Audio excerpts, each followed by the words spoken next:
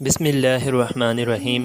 حضرت بلال حبشی رضی اللہ تعالیٰ عنہ مشہور صحابی ہیں جو مسجد نبوی کے ہمیشہ مؤذن رہے۔ شروع میں ایک کافر کے غلام تھے، اسلام لے آئے جس کی وجہ سے طرح طرح کی تکلیفیں دیے جاتے تھے۔ امیہ بن حلف جو مسلمانوں کا سخت دشمن تھا، ان کو سخت گرمی میں دوپہر کے وقت تپتی ہوئی ریت پر سیدھا لٹا کر ان کے سینے پر پتھر کی بڑی چٹان رکھ دیا کرتا تھا تاکہ وہ حرکت نہ کر سکیں، اور کہتا تھا کہ یا اس حال میں مر جائیں اور زندگی چاہیں تو اسلام سے ہٹ جائیں، مگر وہ اس حالت میں بھی احد احد کہتے تھے، یعنی معبود ایک ہی ہے۔